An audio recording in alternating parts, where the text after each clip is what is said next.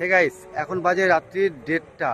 So আমরা এখন আছি বাইপাস রোডে।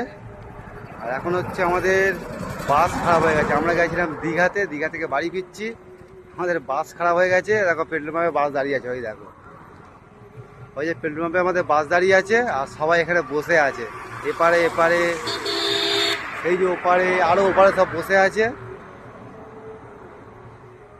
এই যে বাইপাস রোড, দেখো দেখো বাইপাস রোড।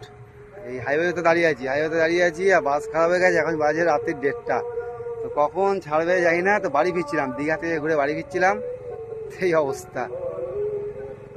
মানে ঘুমও পাচ্ছে, চোখ ঢলে যাচ্ছে, তাও দাঁড়িয়ে আছি। আর বাস খারাপ হয়ে গেছে, কিছু করার নেই। সবাই হচ্ছে এখন হাঁ করে বসে আছি, কখন ঠিক হবে, কখন বাড়ি যাবো।